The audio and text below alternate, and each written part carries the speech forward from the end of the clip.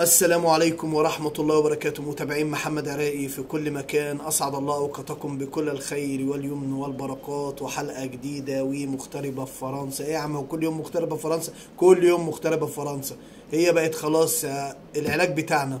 كل يوم مغتربة في فرنسا، كل يوم مغتربة في فرنسا. بس طبعا النهاردة هنتكلم عن الفيديو اللي يعتبر شرحت لنا فيه المفاجأة بتاعتها، وان في مفاجأة هتطلع وهتتكلم عنها. بس قبل ما نتكلم عن المفاجآت ونتكلم عن الحاجات ونكشف جميع الاسرار اللي موجودة، حابب طبعا ان احنا نقول اللهم صل وسلم وبارك على سيدنا محمد وعلى اله وصحبه وسلم تسليما كثيرا الى يوم الدين. طبعا الصلاة على النبي مهمة جدا جدا. حابب اشكر كل المتابعين المحترمين واللي على رأسهم بسمة بنت الاردن، وجميع بقى المتابعين المحترمين اللي دايما بجد بيكسبوني حسنات، وبيكسبوني لايكات، وبيكسبوني تعليقات، بيكسبوني ماديا، بيكسبوني في كل حاجة بيدخلهم عندي وتشريفهم ليا، وبارك الله فيكم جميعا. وحابب بقى ان احنا نخش على الفيديو اللي جايبه لنا مغتربة في فرنسا، واللي ما كانتش عايزه تقول عليه، ومأجلاه من 10 ل 15 يوم. بعد كده قالت لك طب اصبروا عليا شهر. طبعا الحاجات دي احنا مش هنقدر نصبر كقنوات نقد، مش هنقدر نصبر. فطبعا كنت مجهز لكم فيديو، فدودو شو ربنا يبارك لها حرقتهولي، بس انا عملت فيديو تاني. انا وراكي وراكي يا دودو، وهنزل برضو الفيديو بتاعي.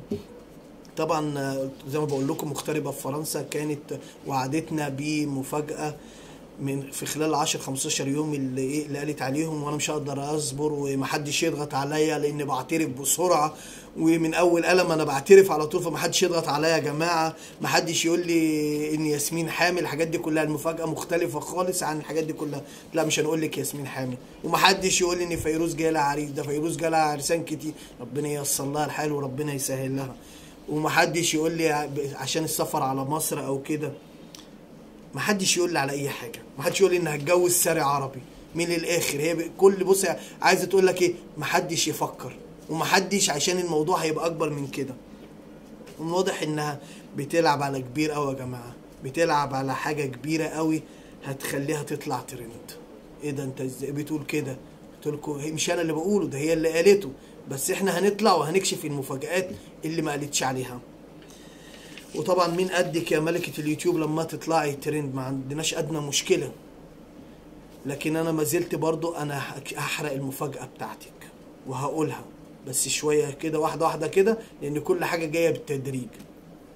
حابب ان انا اقول ان ذكاء مدام هناء بيخليها ذكية جدا جدا، بيخليها بتلاعب قنوات النقد، بيخليها بتلاعب المؤيدين ليها والمعارضين، بتلاعب الكل طبعا بذكائها. ودي حاجة الواحد ما ينكرهاش، ان ذكائها عالي. ست اتعلمت كتير من اليوتيوب وبقت خبرة فيه، فطبعا هي بتلاعب الدنيا كلها، وده بيدل على ذكائها. ودي حاجة يترفع لها قبعة ويتقول لها شابوه على اللي هي بتعمله. يعني دي حاجة يعني كويسة منها. بس اللي عايز الفت انتباهكم ليه، ان المفاجأة اللي هي عايزة تعملها بتحاول انها تداريها شوية، واستشهدت بالحديث الرسول عليه الصلاة والسلام: واستعينوا بقضاء حوائجكم بالكتمان. وده حديث صحيح جدا وما نقدرش ننكره. وبما انك انت شغالة على السوشيال ميديا، هيبقى الكتمان بيبقى صعب شوية. ليه؟ لان الناس بتقعد تخمن وتقعد تدور وراكي. فبتحاول انك تداري على المتابعين، وبالاخص الحاقدين ليك والحاسدين. بس ليه كل حاجة بقت على عينك يا تاجر، وكله انكشف وبان. ازاي؟ هو ده اللي احنا هنقوله. لكن لو المتابعين الاذكياء بقى خدوا بالهم ان المفاجأة واضحة جدا جدا، وخلاص مش ناقصة غير التأكيد. بس في نقطة بس حابب ان انا قبل ما اتكلم عن المفاجأة وكده، نقطة بس لفتت انتباهي لما بتقولي سبحانك يا رسول الله. طبعا الكل هيطلع ويمسك عليها، ايه ده، دي بتقول سبحانك يا رسول الله. هي في حاجة اسمها سبحانك يا رسول الله؟ هي في حاجة تتقال حاجة زي كده؟ طبعا انا حاجة زي كده هي خطأ، بس مش مقصود. يعني ايه خطأ مش مقصود؟ يعني امام الكاميرا وارد ان احنا ببعض الاخطاء نقع فيها. زي كده لما جيت انا في مرة وقعت كده بغلطة لسان، وجيت قلت صلاة الجماعة افضل من صلاة الفرد ب 28 درجة. فاحد المتابعات دخلت وقالت لي قصدك يا استاذ محمد 27 درجة؟ بالفعل هي 27 درجة، وانا اخطأت بسبب ان انا مثلا قدام الكاميرا او كده، فحصل خطأ مني. وشكرا على التصحيح، ما فيهاش ادنى مشكله. فده كان خطأ وذلة لسان زي ما بيتقال. لكن مش بمعنى كده ان الست دي خلاص، لا اللي هي قالته ده كده دي كفرت، دي كده عملت وسوت. ده مش صح. في اخطاء وارد انها بتحصل امام الكاميرا. امام الكاميرا بيبقى في مواضيع كتيره الواحد مش حاططها في دماغه وقاعد عمال بيحضرها وبيعمل، فلما في حاجه تتنسي بيبقى حاطط ايه، لا انا مش عايز انسى كل حاجه. فممكن لما تقول كلمه كده فقالت بدل ما تقول سبحان الله قالت سبحانك يا رسول الله. خطأ. مش هنمسك على الواحده على الخطأ اللي هي اخطأته ونقول لا دي بني ادمه فيها وفيها، ازاي تقول كده وازاي، ونقف لها ونمسك لها الكرباج. زلة اللسان وارد انها بتحصل، لكن ما ننكرش ان حاجه لفتت الانتباه. لفتت الانتباه، ايه المشكله؟ ما هو ده بقى ميزه النقد، انه يطلع يتكلم في حاجه زي كده. بس التمس لاخيك العذر، ما تطلعش وتذبح في اخوك. او برضو الواحده ما ينفعش تطلع وتذبح في اختها، تلتمس لها العذر. وارد الخطأ ده، كلنا بنقع في اخطاء. المهم نرجع تاني لموضوعنا المفاجأة، وهي طبعا منتظرة التأكيد علشان هي بتحاول تكتم على قد ما بتقدر، وطالعة وعمالة بتقول لك طب انا هطلع ترند، طب لا انا طب اصبروا عليا شوية، طب اصبروا عليا شهر. طبعا باينة وواضحة قوي قوي اللي انت عايزة تقوليه. بس طبعا انا بقول لك احنا مش هنصبر يا مدام هناء، احنا هنطلع ونتكلم، ورزقنا ورزقك على الله، وربنا بقى يريده هو اللي هيكون.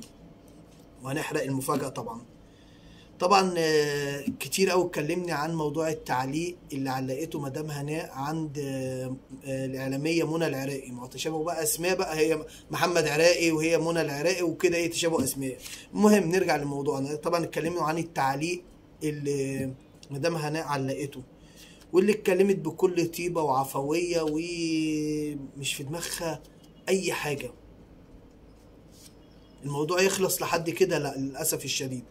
شافوها المتابعين المعارضين والمؤيدين. احنا طبعا مش هنغلط في حد ونقول صراصير ونقول اي حاجه زي ما الاخت دودو بتتكلم او كده، بس احنا بنقول المؤيدين والمعارضين. فطبعا شافوها المعارضين طلعوا قعدوا يتكلموا ويشتموا، وازاي تعلق وازاي تقول كده، دي بتتاجر باللي هي بتقوله، دي هي بتعمل، دي هي بتسوي الكلام الكتير. طلع المؤيدين ليها بيدافعوا عنها، وده حقهم طبعا.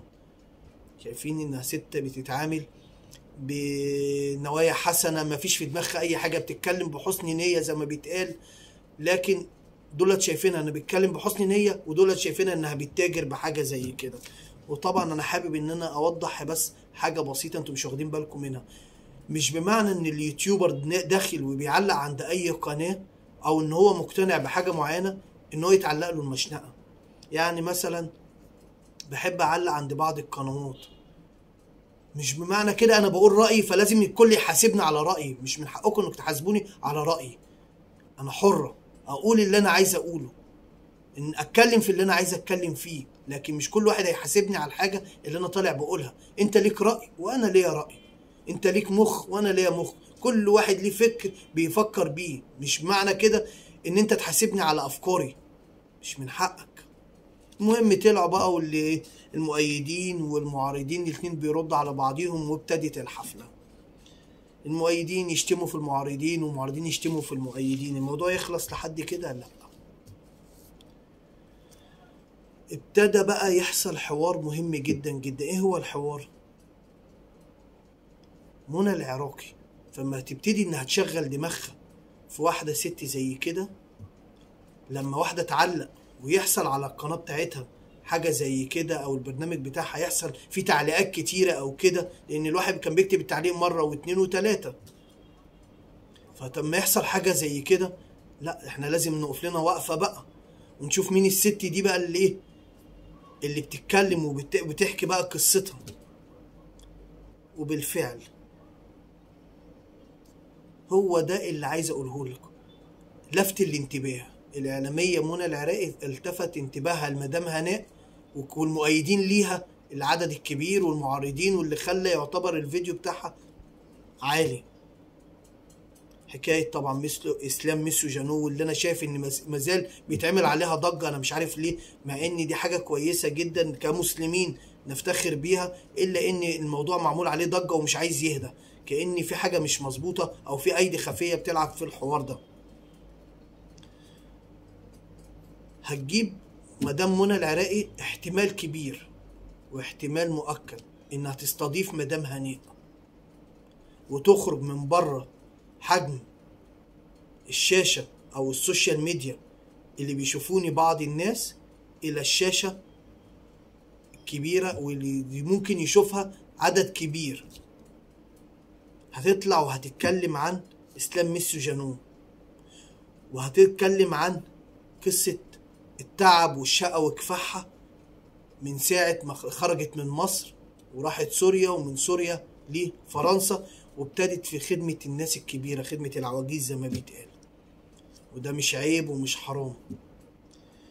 وهتتكلم عن تعليم الإسلامي يعتبر اللي هي طبقتها بالفعل، مش بالنظر زي بعض الناس وبعض الناس اللي بتتكلم بالإسلام وخلاص وكلام، بس فين الفعل؟ هي طبقته بالفعل، بمعاملتها مع الناس، بأمانتها، بطيبتها، بعفويتها، بكل حاجة، لدرجة ان ميسيو جانون اعجب بيها واعجب بدينها لدرجة ان هو اسلم، وده ما فيهاش ادنى مشكلة.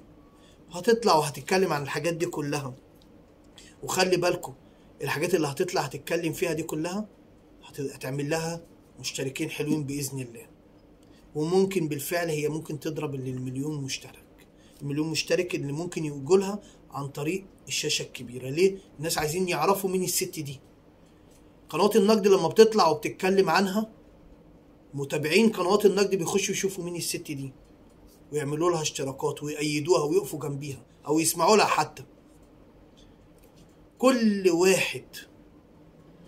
واحد وكل شخص بيتكلم عن يوتيوبرز او كده بتزيد عدد مشتركين. وزي حمد وفاء لما ظهر برضو على الشاشة وابتدت الناس تعرفه، بعد كده اشتراكاته عليت وعدى المليونية بتاعته. عندك قنوات كتير، جبس مصر الفترة الأخيرة من بعد الترند اللي كان عامله والحوارات اللي كانت عاملة، عدد مشتركينه زاد، بدل ما يقل مثلا من الضحك على الناس او كده، لا عدد مشتركينه زاد وابتدى يتابعوه اكتر. فانا شايف ان حتة ظهورها مع الإعلامية منى العراقي هيفيد كتير جدا مغتربة في فرنسا، وهيفيد كتير جدا مشاهداتها في الفترة اللي جاية. وطبعا هي مفاجأة منتظرة لما تقعد معاها منى العراقي وتطلع ويبقى في اتصالات وفي حوارات كده هتدور ما بينهم، ومنتظرة يعتبر التأكيد في حاجة زي كده. عشان كده هي حاولت انها تداري على قد ما تقدر، بس للأسف الشديد احنا بنحرق اي مفاجأة. ليه؟ قدرنا كده، والحمد لله على كل شيء. وجيت في نهاية الموضوع، ما تنسونيش باللايك والشير والاشتراك في القناة. اللي لسه ما اشتركش اشترك عشان قناتنا تكبر، واللي لسه ما اداش لايك ليه ما اديتش لايك؟ اللايك مش بفلوس، تحط لايك جميل عشان الفيديو يوصل لأكبر عدد من المتابعين. التعليق بقى مهم جدا جدا عشان اعرف ردك في اللي انا بقوله، اذا كنت مؤيد او معارض. وانا بسمع لكل الناس بس من غير تجريح، عشان التجريح اخرته وحشة. اقول قولي هذا واستغفر الله لي ولكم، والسلام عليكم ورحمة الله وبركاته.